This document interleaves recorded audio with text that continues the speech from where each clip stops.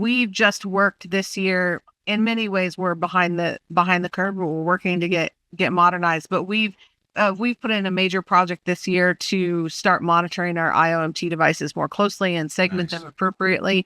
And that is definitely an area of focus for us. We've sort of identified, how many we have. We had lists before, but we weren't in a good place where we were having Biomed collaborate well with cybersecurity to make sure that the devices that were internet connected are segmented appropriately, and are working on that project now.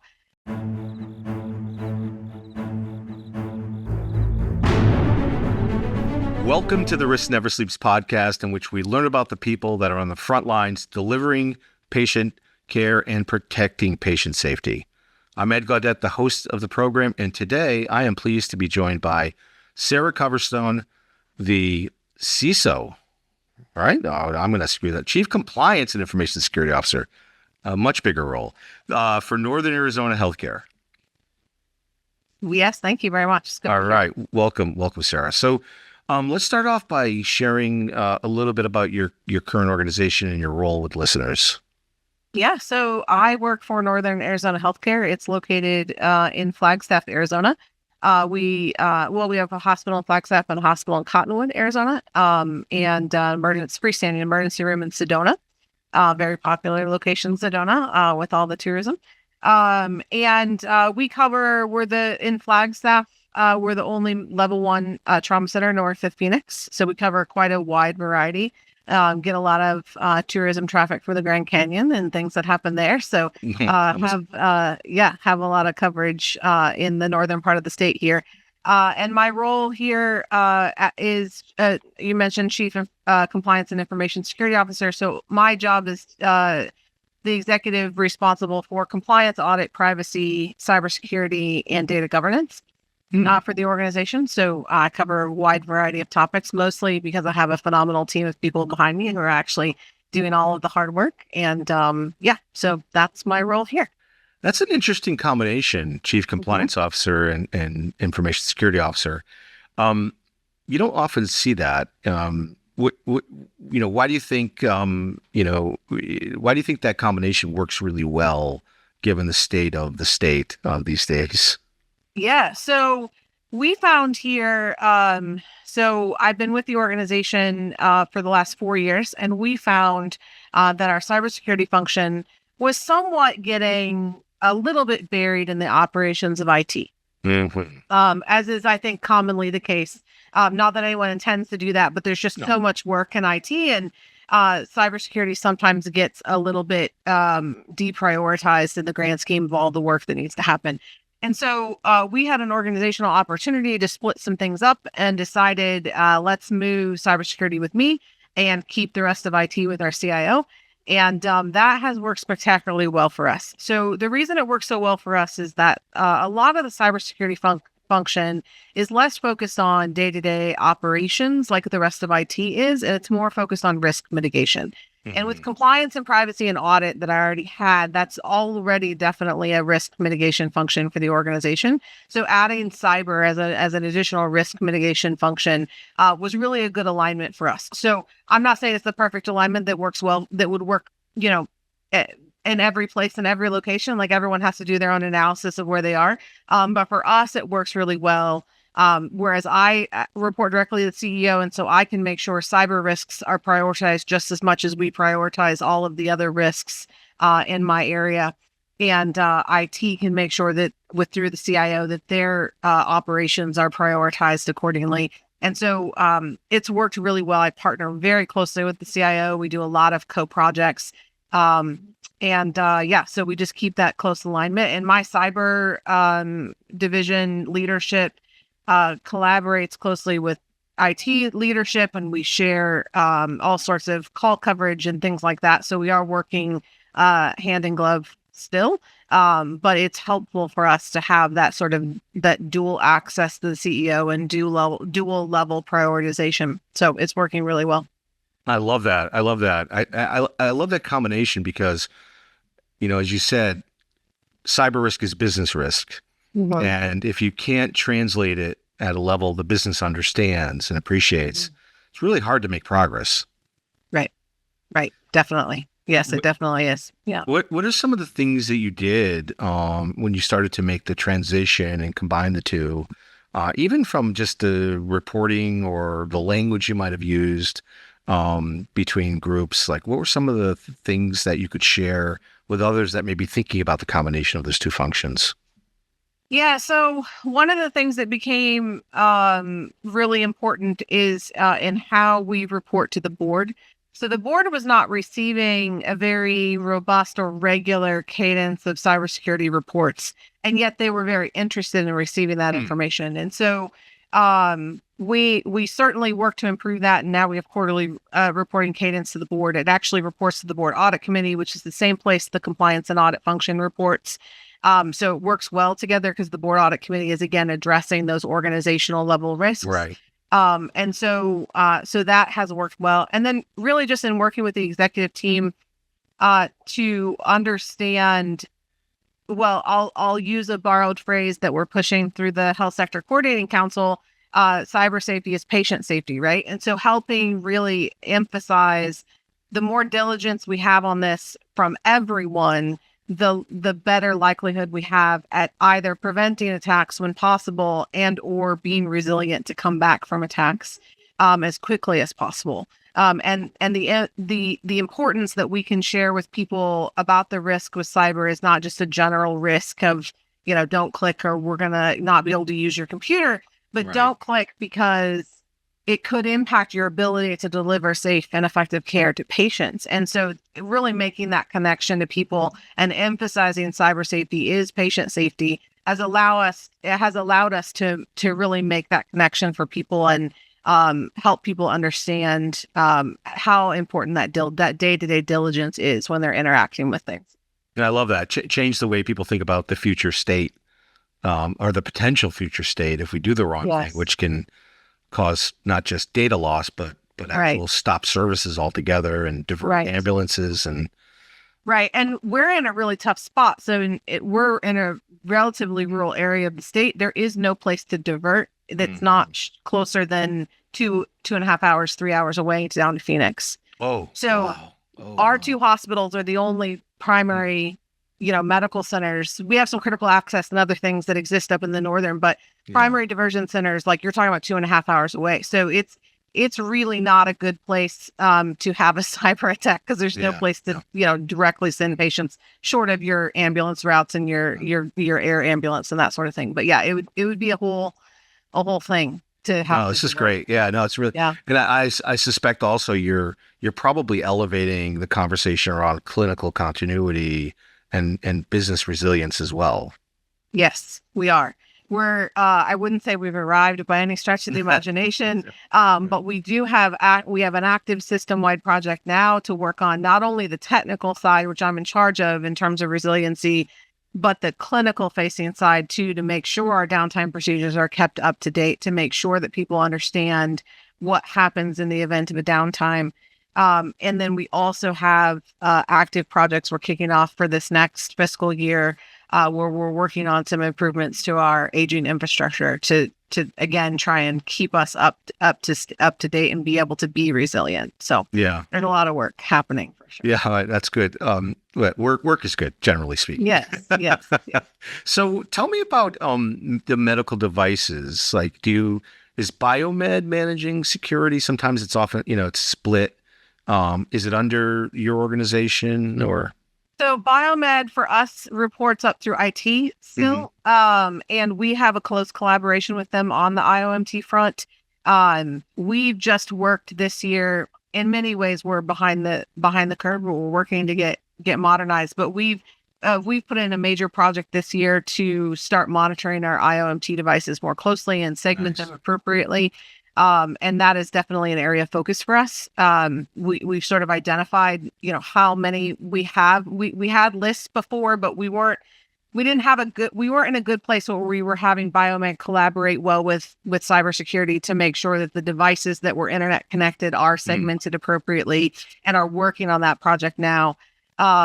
Still have, plenty of work to do on that front in order to get where I would consider us in a better place. But we're doing a lot of work, and we're starting to integrate Biomed more closely with cybersecurity on a more regular cadence in terms of meeting structures to make sure that we're paying attention to those things and working closely together.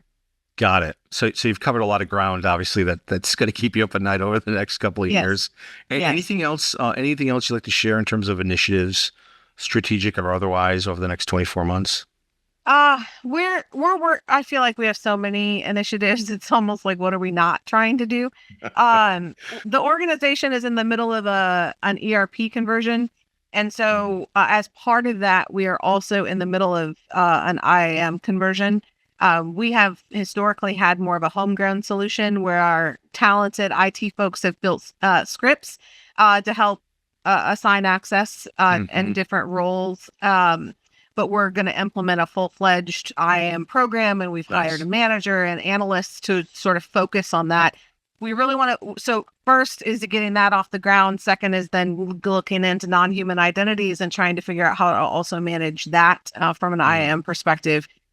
So that's really our big piece. We have lots of things going, of course, as everyone does. But IAM probably is our biggest sort of key focus. And then improvement in our network segmentation is another one that we're going to work on this year that impacts the IOMT, but also other things. So got it. And yeah. I gotta ask the AI question.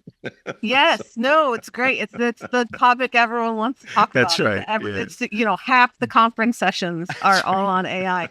No, so I wouldn't say we're, cutting edge adopters, but we have done a lot this year to set up AI governance along with our data governance function to make sure that we're governing new use cases that are coming into our environment.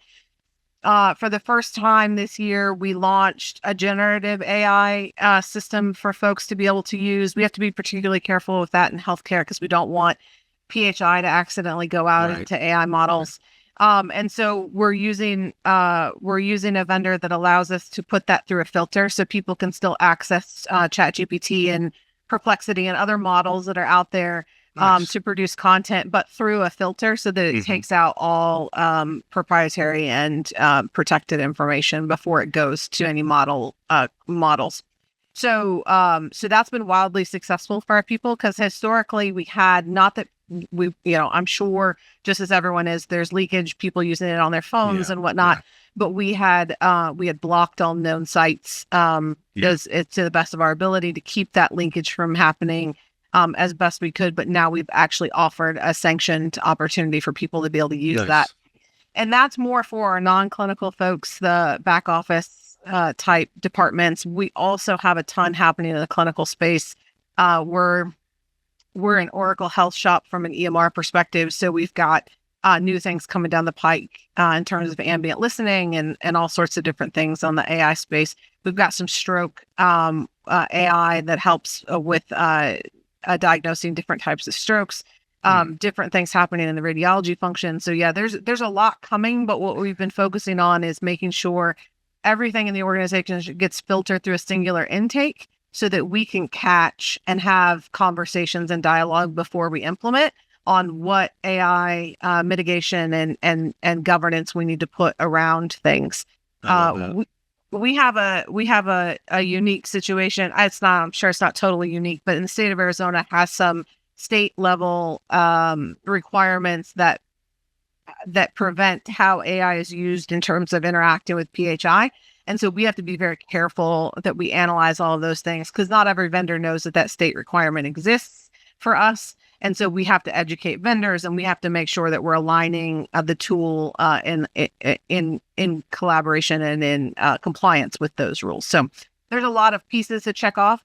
But that singular intake has really helped us make sure we catch everything so that things aren't just implemented out in the wild, which is always a challenge. Are you running that governance committee? Yes. You are? Yes. Okay. Yes. I own data governance for the organization as well. Have a great team. So technically my manager of data governance does a fantastic job and he leads and coordinates all of that. But it's a collaborative committee that includes myself and my data governance team, but also the CIO and other members of IT that run our interfaces and our integrations. as well as our business intelligence folks as well, to make sure that from an analytics perspective, there's many seats at the table there. And then we have a whole separate arm for clinical evaluation outside of the technical evaluation. So, got it. Any learnings you could share with maybe your peers that are thinking about or in the process of structuring these governance groups? I would say the best advice that I can give is just get started, even if it's small, and then you build and improve the process as you go. Don't wait until it's perfect, until you have all the buy-in that you need.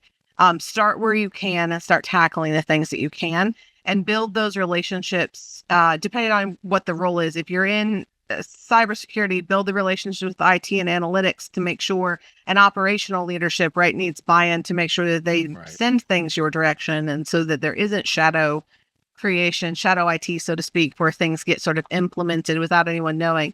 But you're always going to have that. So don't wait until you fix that problem. Start where you are and build from there.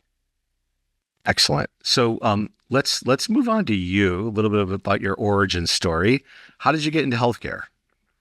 Yeah, so I started my career as a nurse, which is I know a bit of a different trajectory than most when it comes to cybersecurity. But I was a nurse at a health system in Illinois for many years, and worked in both the hospital setting and in home health and hospice.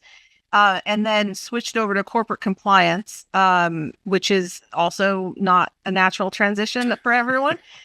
Switched over to corporate. They needed a corporate compliance officer who could oversee stuff in the home health and hospice space, which I was working in at the time.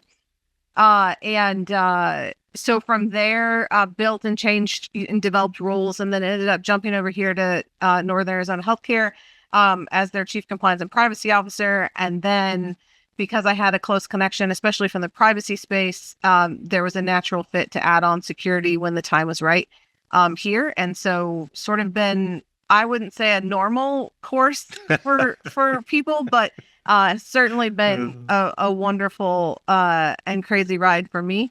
I love it. I think, again, not that it's, everyone's perfect solution, but for us, it really works well to have this split and to have the risk functions, the sort of non-clinical risk functions with me, and operations be a sort of a separate, healthcare operations be a bit of a separate deal. So that it's sort of my dream job, but it's been a unorthodox, I guess. You light up when you talk about it. You're very passionate about it, so that's great.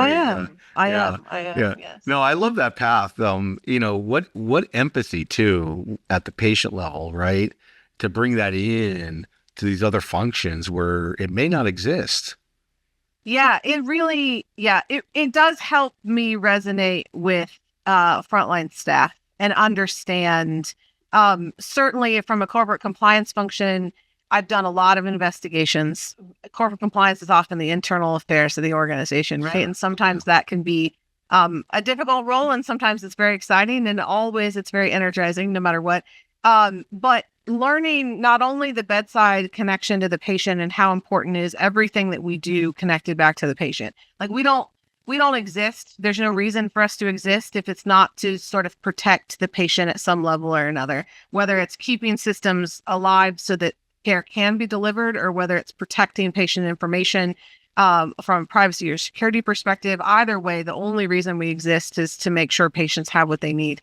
But being able to also interface with clinical staff and understand what they're going through, and having been there in many instances, can also understand the nuances associated with problems that arise, right? Like we try to emphasize a just culture situation, so that when someone does click on something or do something that causes a cybersecurity incident, it's usually more complicated than they were just not, it's more complicated than just saying, well, they're stupid or they're lazy or they just were working too fast and blew through it and they shouldn't have, it's more complicated than that, right? Because I agree. There's so many things that they're tasked to do on a day-to-day basis. I agree. It should never be punitive. I mean, yes, exactly. When people do that, I just cringe because it's like you're missing the forest through the trees. Yes, exactly.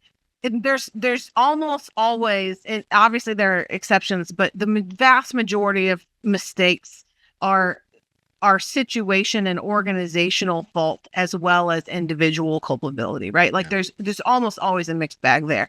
And so making sure that we're sort of fair and equitable about how we interact with those Yeah. situations.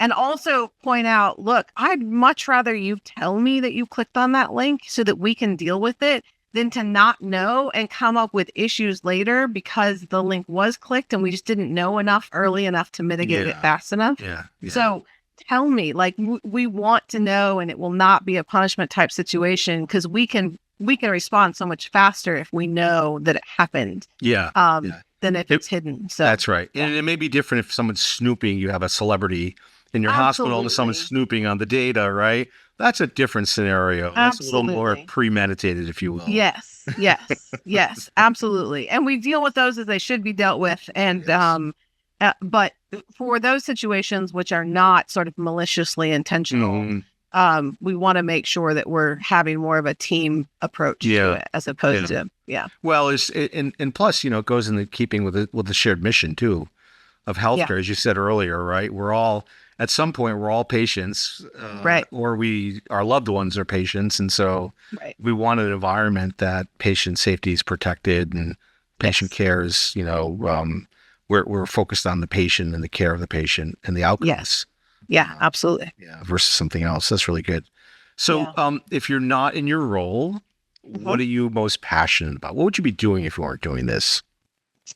Oh, geez, that's a great question.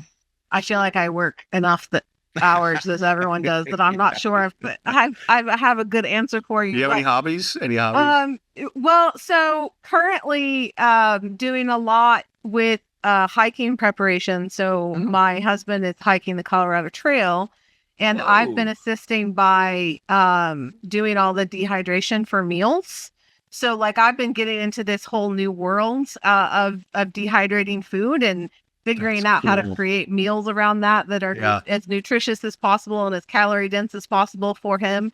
But yeah, so learning about that and cooking, those kinds of things I love to do. And I don't mind getting out for hikes and things like that. We live in a great area for outdoor Yeah. activity. I'm just not more of I'm more the sort of day hiker than I am the 6 week long Yeah. hike through hiker. So but kudos to those who love to through hike. It's phenomenal. But I will do the prep work and the resupplies and that sort of thing to support the hike. So yeah. I see Coverstone meals in your future. I can see a whole business on this, right? Right? I'm Dedicated towards hikers, right? Yes, yes, yes. Maybe you never know. I'll never say never because I never thought I would be where I am today. So you never know what I turn of love, life is going to give you. But I love for now, that. I like it as a hobby, not a. Yeah. Yeah. And now that painting is real in the background. We talked about this It is. earlier. So Yes, tell it us about is. this. So you're an art lover, obviously. You I do. appreciate art. Yes, yes. This is an artist named Erin Hansen. She's her work is titled Open Impressionism, and she's from the Willamette Valley, and she has a whole studio up there. And I ran across her work. It was sort of one of those odd situations where I heard about a poet named Erin Hansen, and I was looking up that to read her poetry. Different person entirely, but because I was looking her up, ran across this Erin Hansen online and was like, wow, her art is amazing. And then was fortunate enough to be able to, it's not an original, but was fortunate enough to purchase a print of hers and just really love her work. So yeah.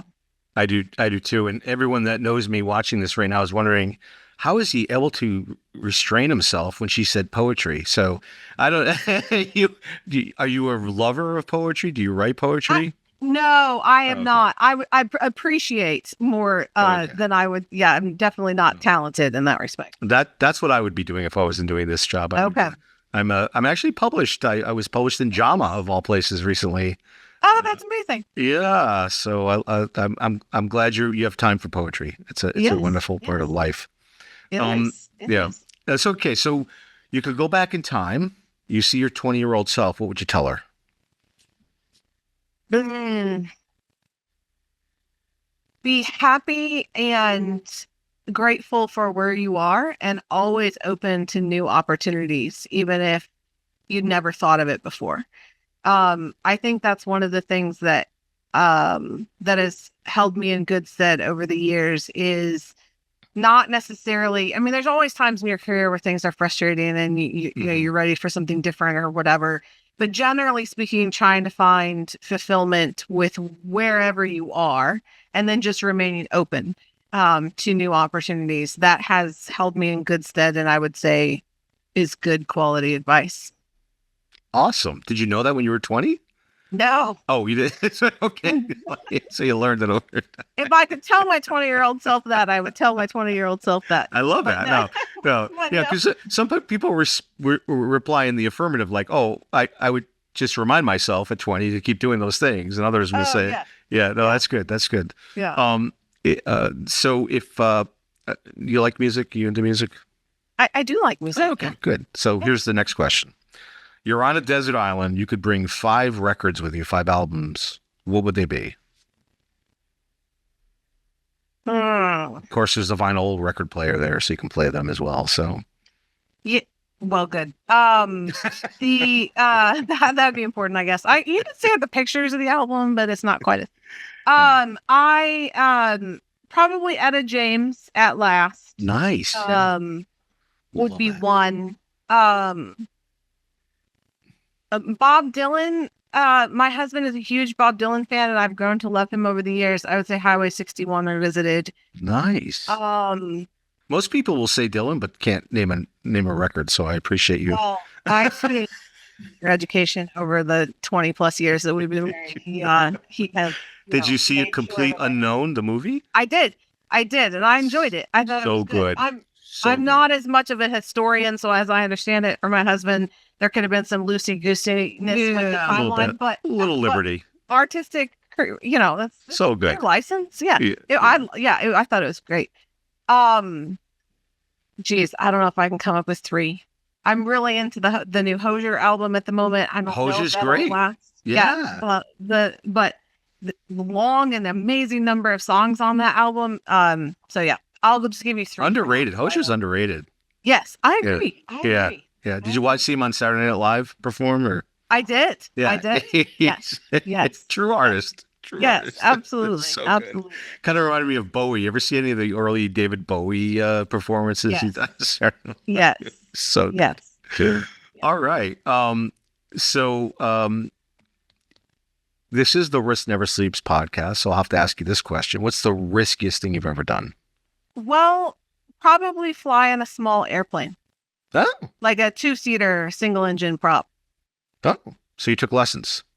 No, my husband loves to do this as a hobby. He's a pilot, and so I would say we've been in some risky situations. Oh, I would say okay. that's probably risky. Cut the engine and glide and Yeah. Oh, yeah. That's all part of the training. Like that's not something I let him do when I'm in the plane, but that's all. That's all part of the training. But no, you never know what you're going to run into. Like yeah. we run into situations where the weather's not great, so you have to figure out a different airport to land in, and so Yeah. you're up there taking risks, but you got to live. You only live once, right? Oh, yeah, of course. And do you ski or?